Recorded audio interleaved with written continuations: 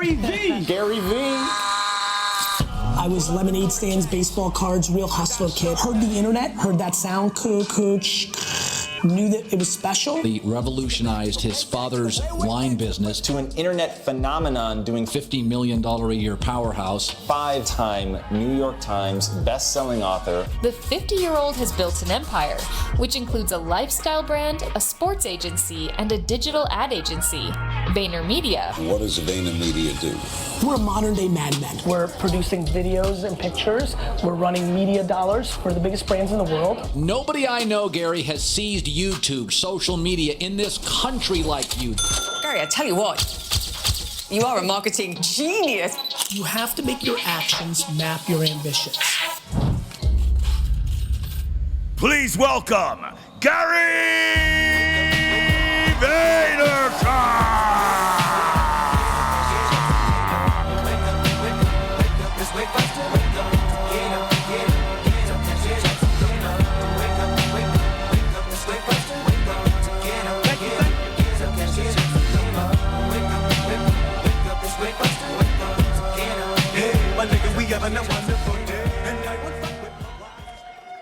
First of all, Gary, I want to thank you for being here, man. Whoa. Thank you. Wow. Thank you. All right. Wow. Don't tell the other people we had because they didn't love him as much as they love you. So don't tell anybody else that was here that you know that they loved you more than they loved everybody else. So Thank you. First of all, thank you for being here, man. It's a pleasure. It's our pleasure, and I wanna get right into it. We got a room full of people that are trying to build their brand. They're all different levels. Some may have started yesterday, some might have been here for 12 years. And, I was messing around with social media a couple years ago, and somebody was like, who do you see the most on social media? That was a question he asked me. And I said, Gary V. And he said, how did that happen? And I went, I don't know. I'm not Gary V. And you've seen my social media, so it ain't working, so I don't know. Marketing genius is an understatement, in my opinion, from watching from a distance. Can you start by just, they're building their brand. Most of them are trying to recruit agents. They got leads. They're buying leads. They got prospects to sell life insurance to. But 95% of the people in this room are trying to build a business, recruiting people they do or don't know. 99% of that is through social media. Can you talk to us about any basis or foundation they should be looking to start with, or anything that we need to know now? Well, I have some really good news. Social media, when I got involved back in 2005, 6, 7, came very natural to me because I had built my dad's liquor store on email marketing. And email marketing was get as many people on the email as possible, put out good information, a good wine deal, a good price, good information, and a percentage of them would convert. Social made sense to me. Get followers, put out good information, and that will build a real brand. And then if I wanted to sell wine or books or collectibles or hats, that would work out as a business. I have really good news for all of you. And thank you for the kind words, and I think a lot of you know this, some may not, but I've done a damn good job for 20 years doing the game. And literally 4 years ago, all the advantages I had on every one of you went away. And that's good for you. And it fucking sucked a little bit for me. But it didn't scare me because the game of marketing is the game of marketing. We talked sports in the back. Business has always been like sports to me. Like there's no crying in baseball. Amen. Like things change. We've watched the greatest athletes of all time look a shadow of themselves because, Mother Time is undefeated, as they say. And so this is really important because it's going to make a lot of you feel very encouraged.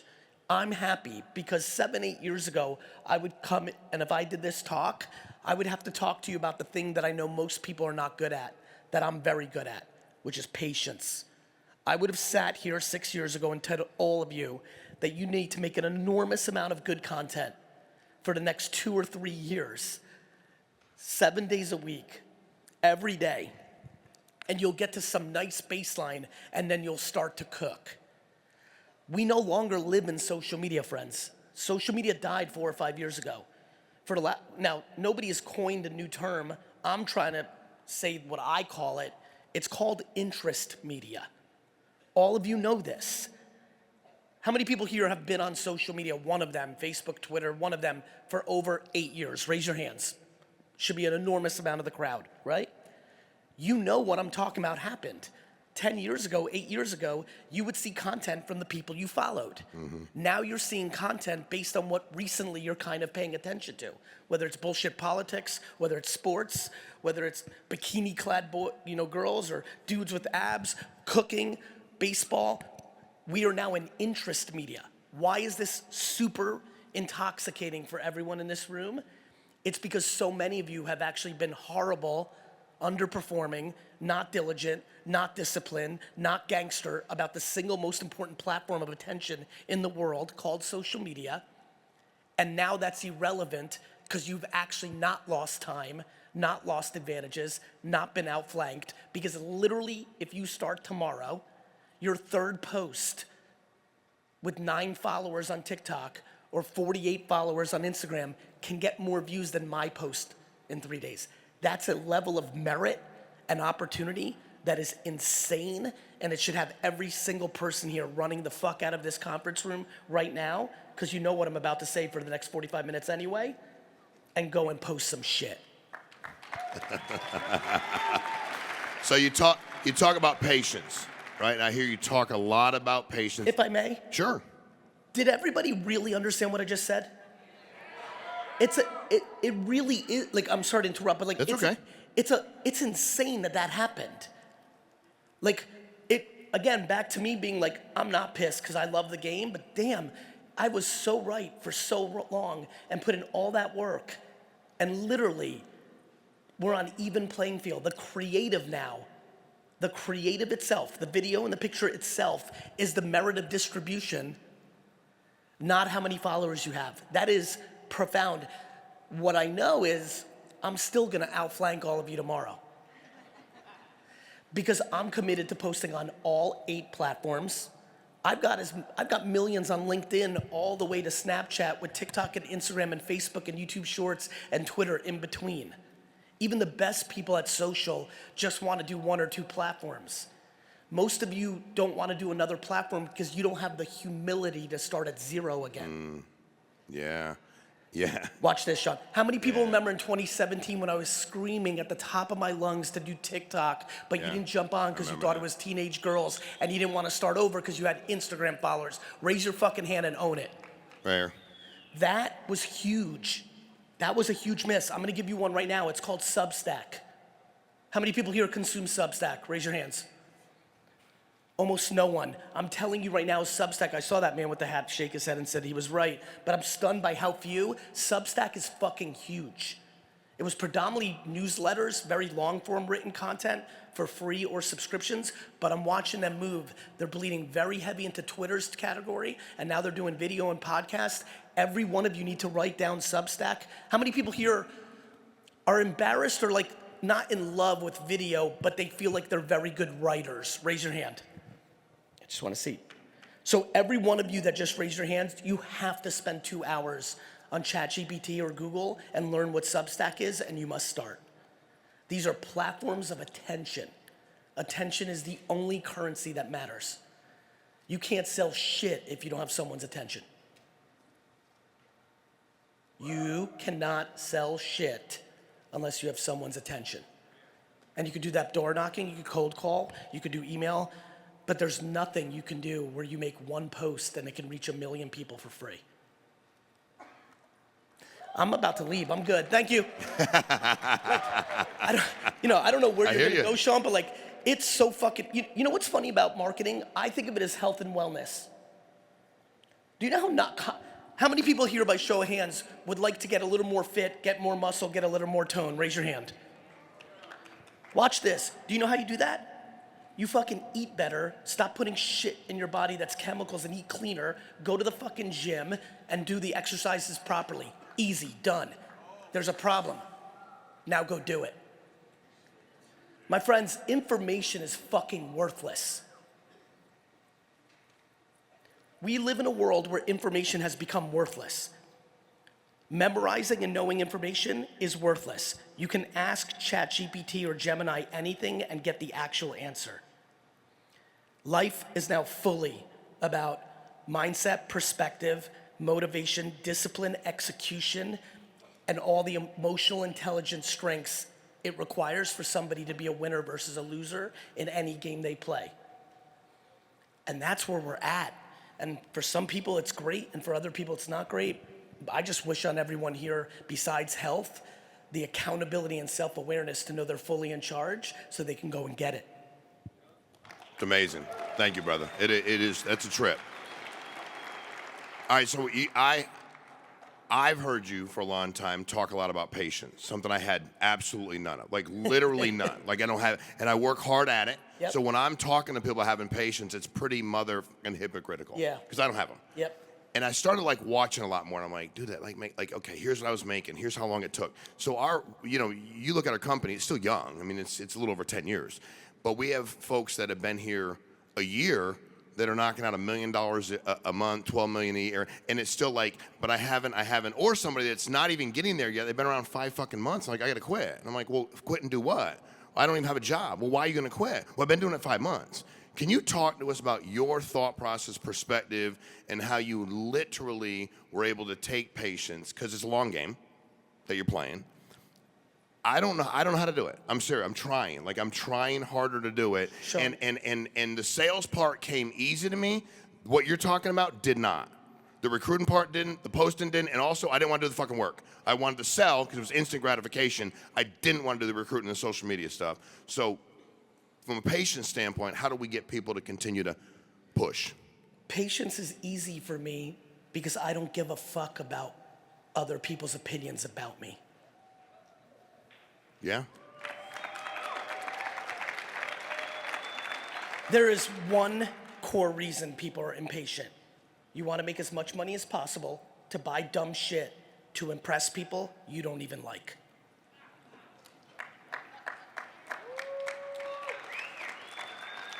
Let me say it slow because a lot of people just got called out and they didn't clap. Patience is a problem for a lot of you in this room, specifically this room, because you're trying to make money as fast as possible to buy dumb shit like a watch, like a handbag, like a Lambo, like a house, like a dress, to impress people that you don't even like. Yeah.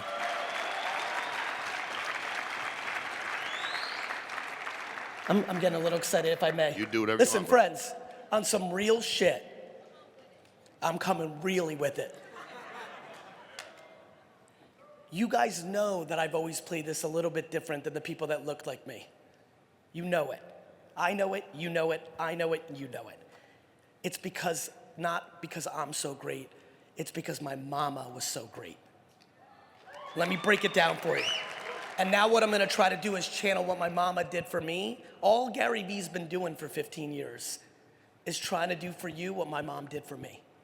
Now let me tell you what my mom did for me. My mom didn't do the modern parenting shit where she would tell you you could do anything, because you can't do anything. Not everyone I'm looking at right now can do every single thing. But she made me feel unstoppable, and she clapped about the good shit. She grounded me when I got D's and F's, but she didn't make me think my self-worth was in my grades. When I opened the door for an old lady when I was 8, she made it seem like I won a Nobel Peace Prize. She put kindness on a pedestal, but she also put accountability on a pedestal.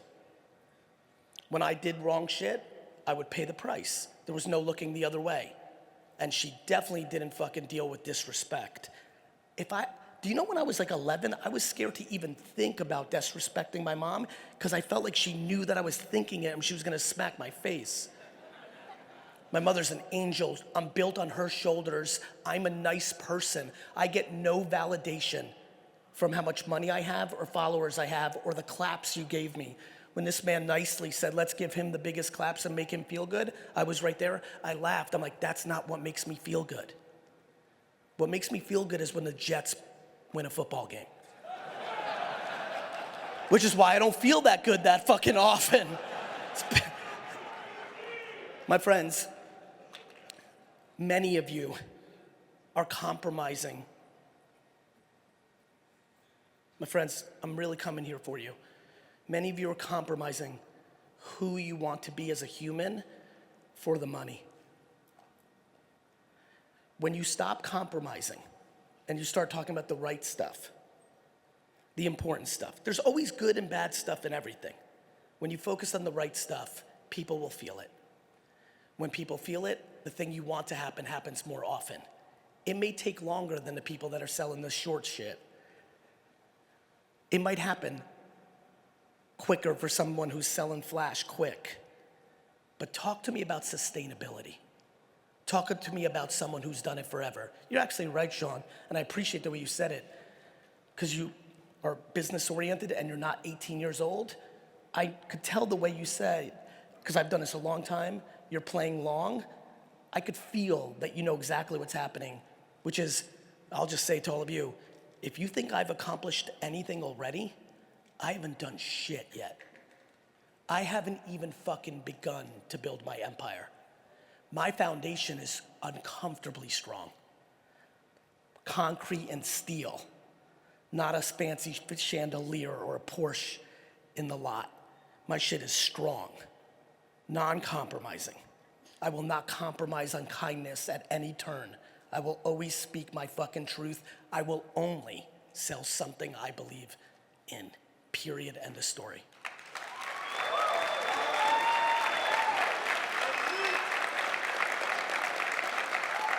And you could go back and look at videos of me 10, 11 years ago, and I said it then, I said, watch what's about to happen this next decade. A lot of people that look like me on the internet, or like me, or people think we're the same, we're different.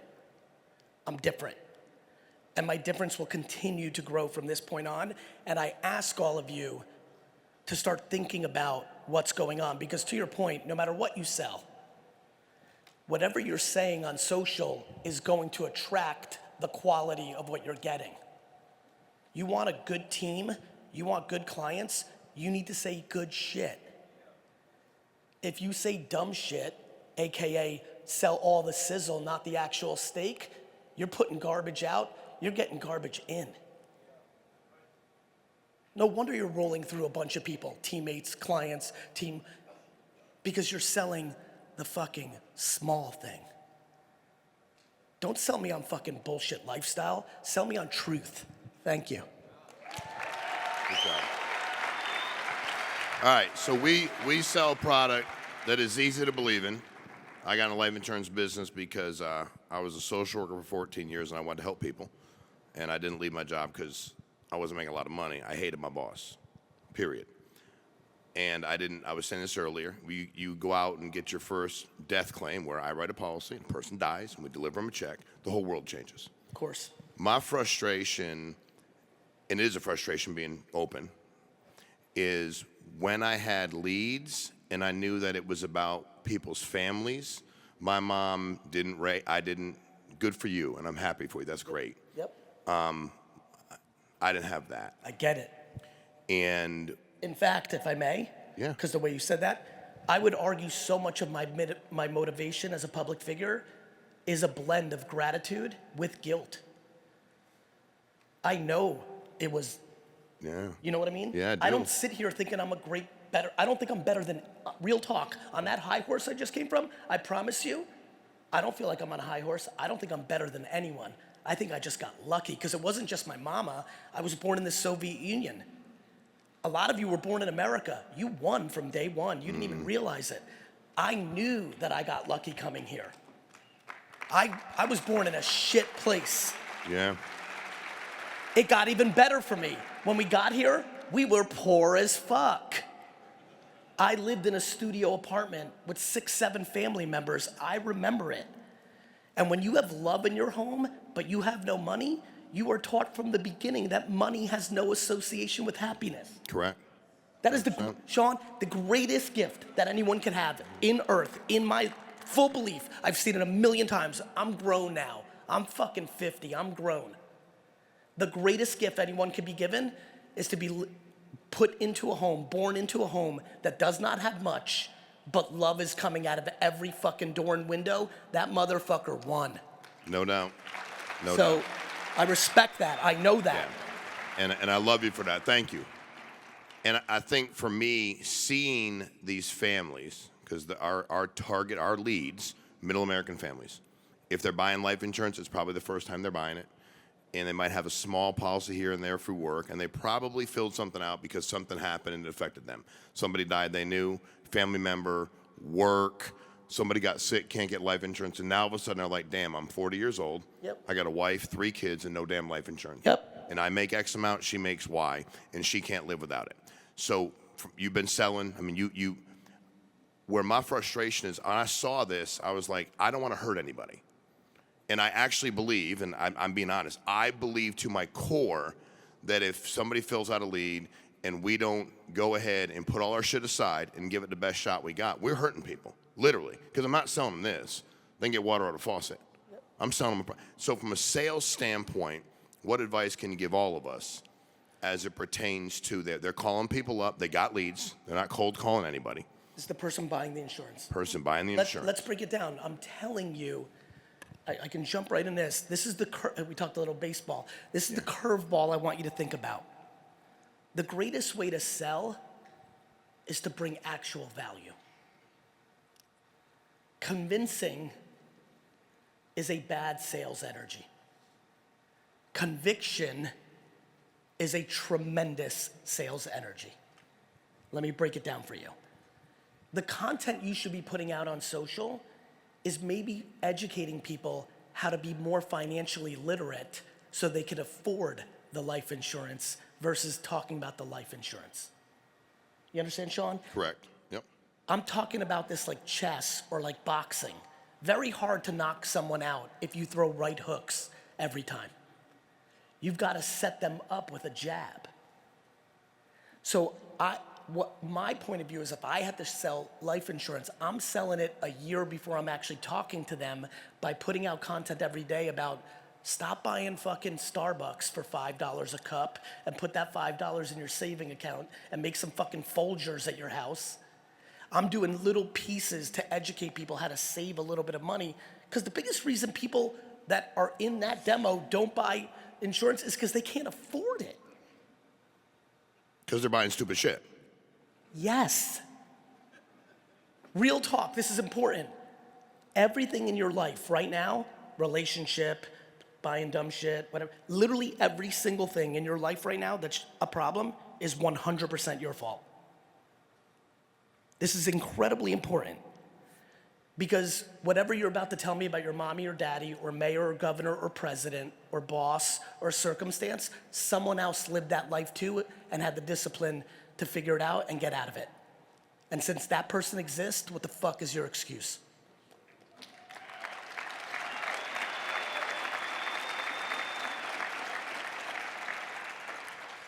That's a macro statement. That's for y'all. That's what's keeping some of you in a C or D place instead of an A place. Every minute you spend on complaining or dwelling or blaming is a minute you're not spending on offense. And by the way, if you're a complainer, if you could be honest with yourself right now, you may not want to even call it out, but to yourself, you're like, yeah, I do bitch a little too much. Pay very close attention to who listens to your complaining.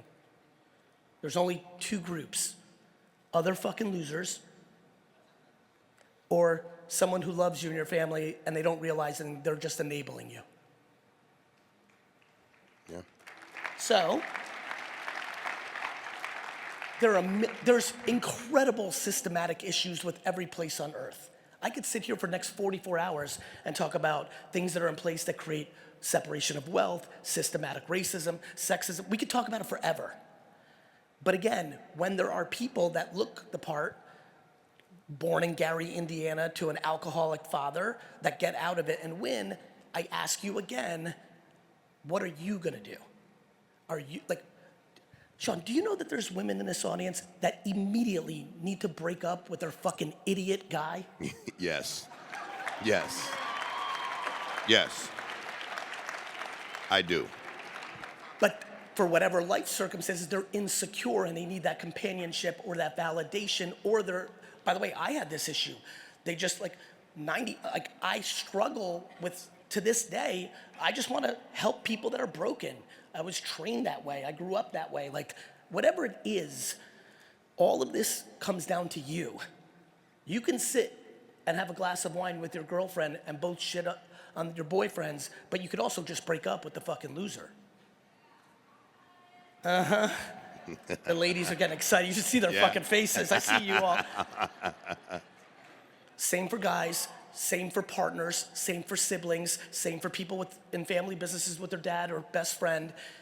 All of this is on you. So yes, I think they should be making content, educating people. Hey, do you know why you're buying these things? You're buying these things to close gaps of insecurity, right? You're choosing convenience over safety. You're taking Uber instead of the bus, but that $20 3 times a week is the money you need to fucking have life insurance.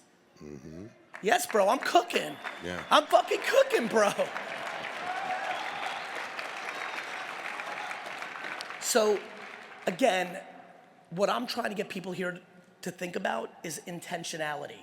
Have the discipline to make content on LinkedIn and YouTube Shorts and TikTok, but then what are you gonna say?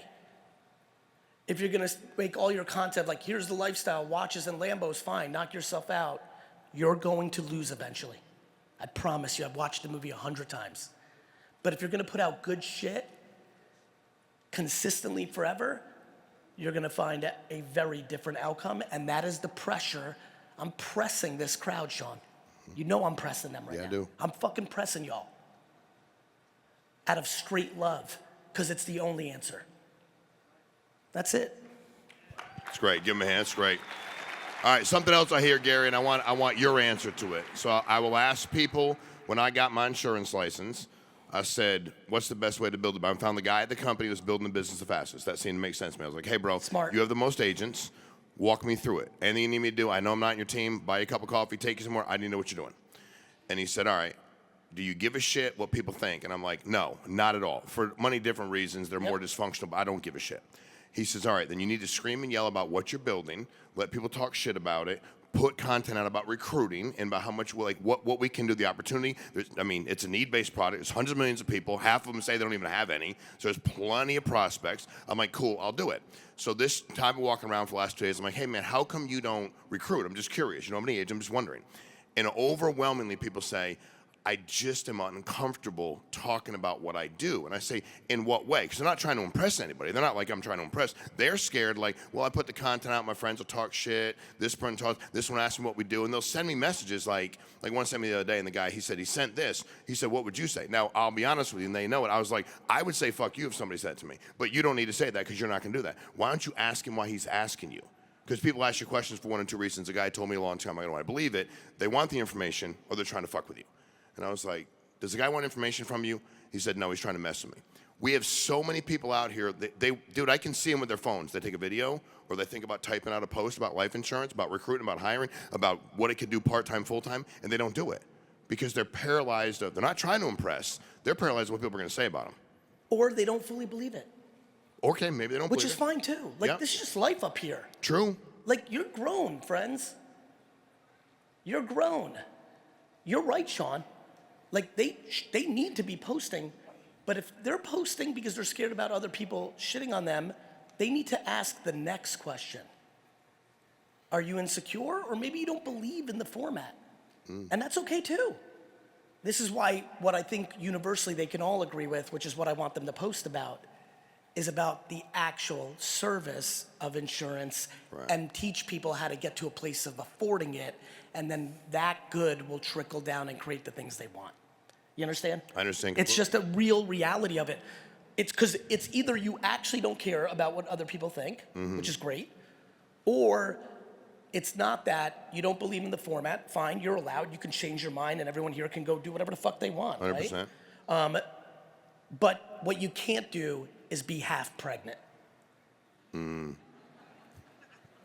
a lot of motherfuckers I'm looking at right now are half fucking pregnant.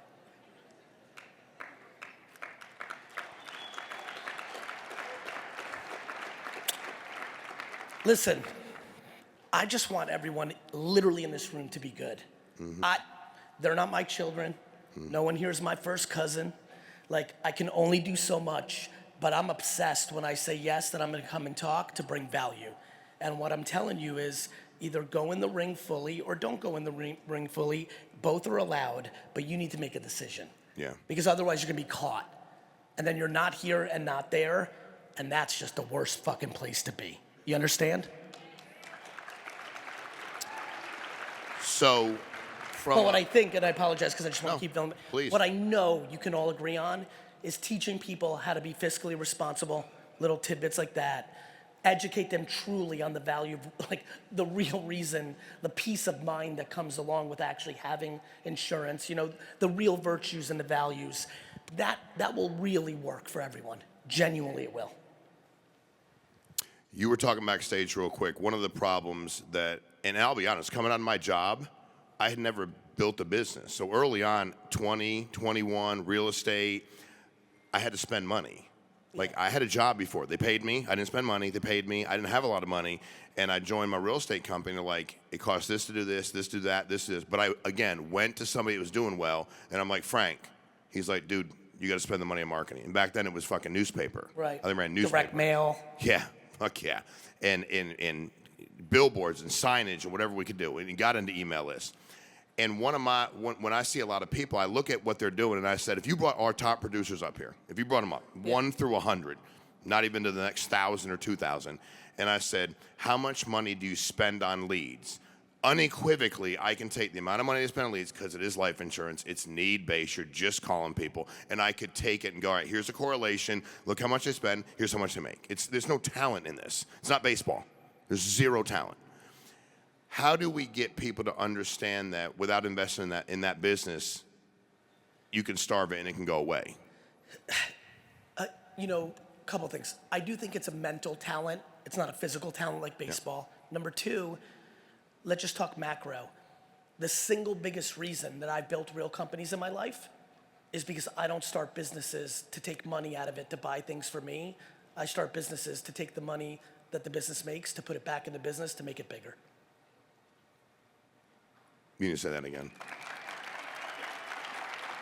It is not lost to me that 95% of this audience, not because you're good or bad, it's just literally 95% of humans, literally think about their entrepreneurial ventures or their businesses as jobs.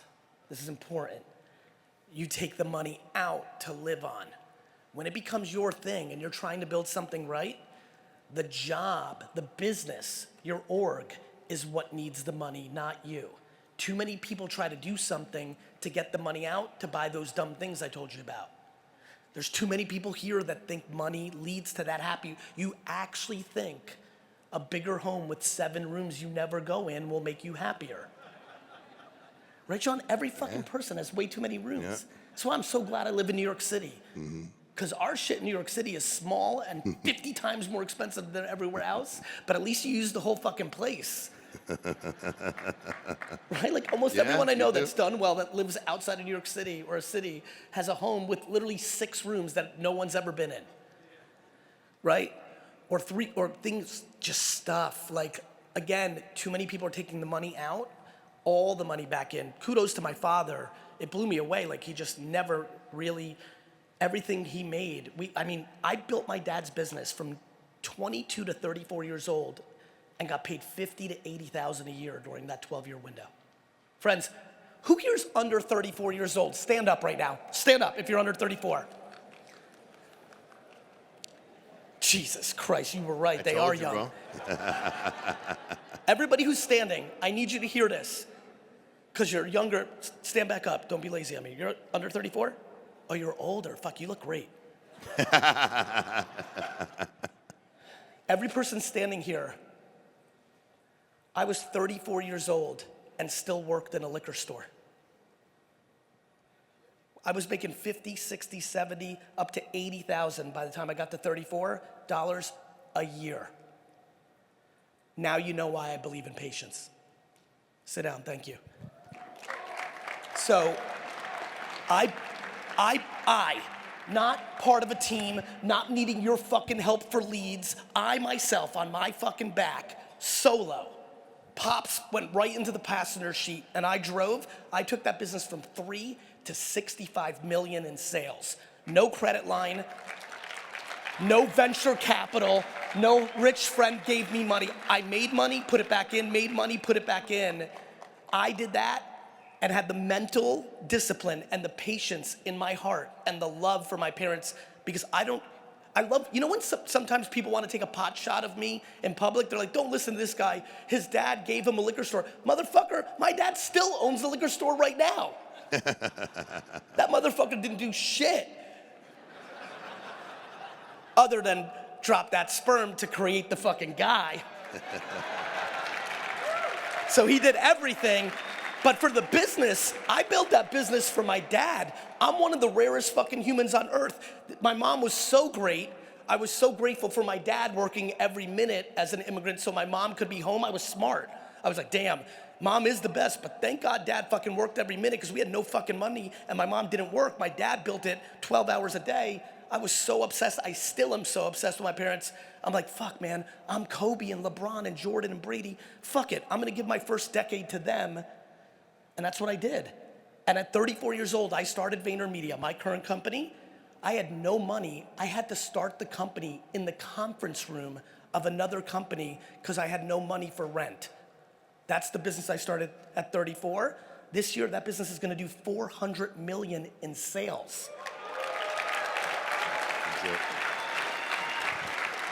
I built that while I built the Gary Vee brand, 6 New York Times best-selling books, one of the biggest sports agencies in the world with my brother, a massive restaurant group. I'm building the next fucking Pokemon and Marvel right now with VeeFriends.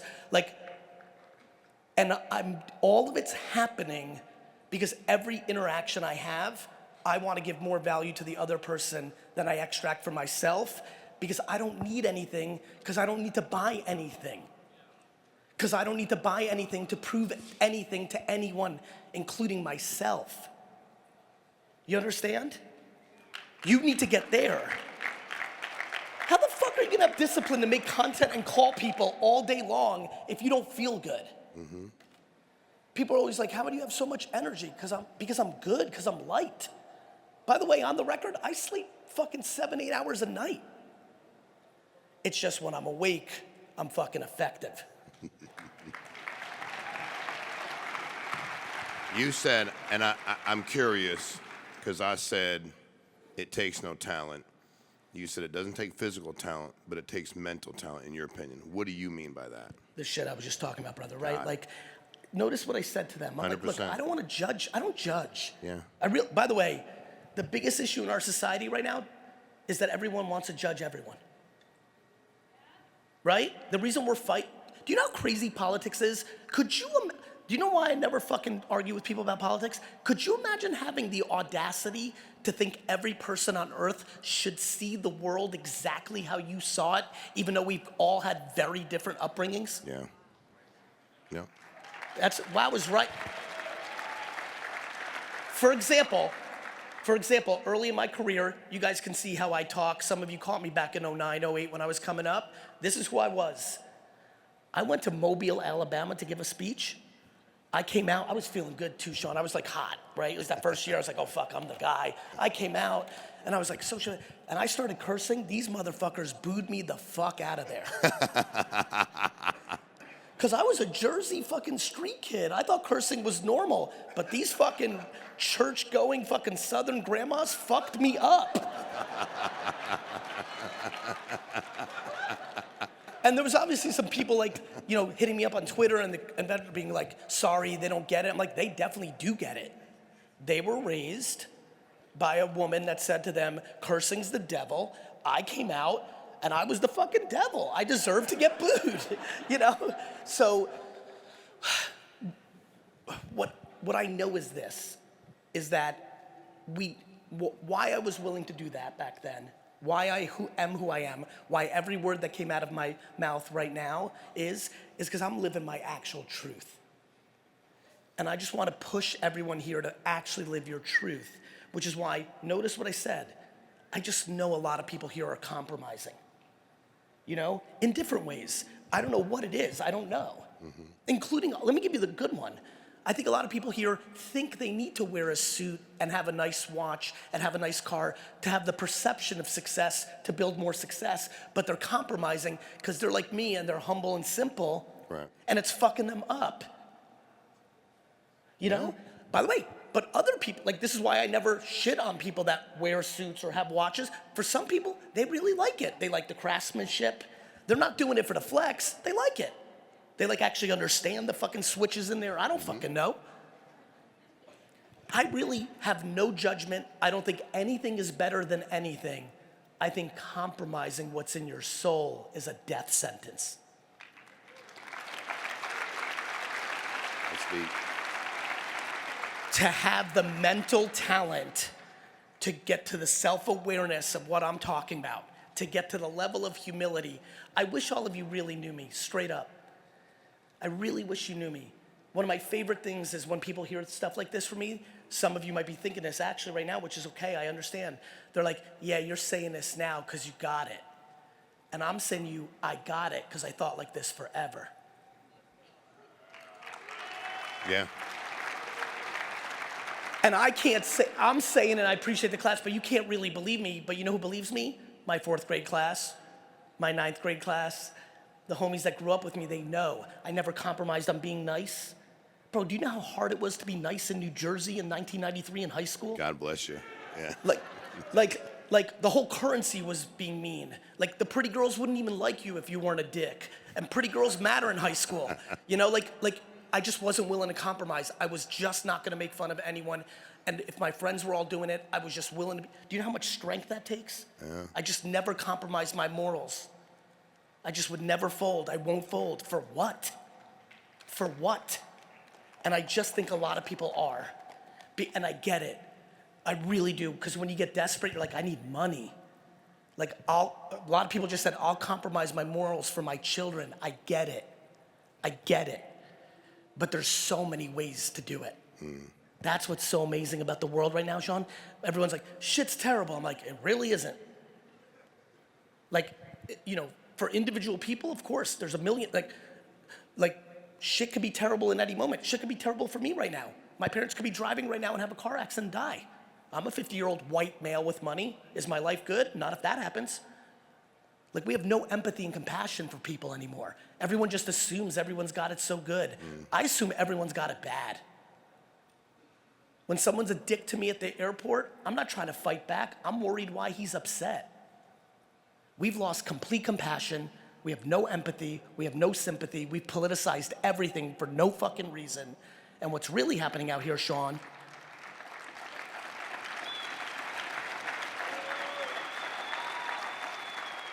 what's really happening here is politicians, parents, bosses, and companies have figured out something unfortunate. People are really tricked when you weaponize fear. Yeah.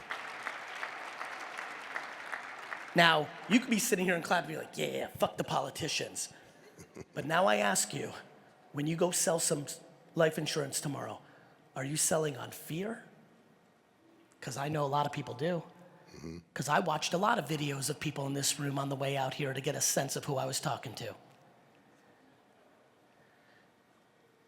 Let me promise you the most important truth in the human race, which is why we're still all here.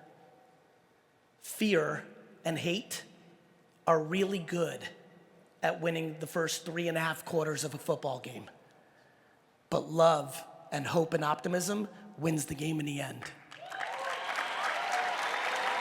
Dude, I'm gonna tell you something, man. It is this would be a masterclass on humanity. Seriously, just being a good person. You sent us off the way we should be sent off. Give Gary Vee a hand. Hey, man. Hey, y'all, great advice to leave here with. And don't compromise your soul is what? A death sentence. Death sentence. Thank you, everybody.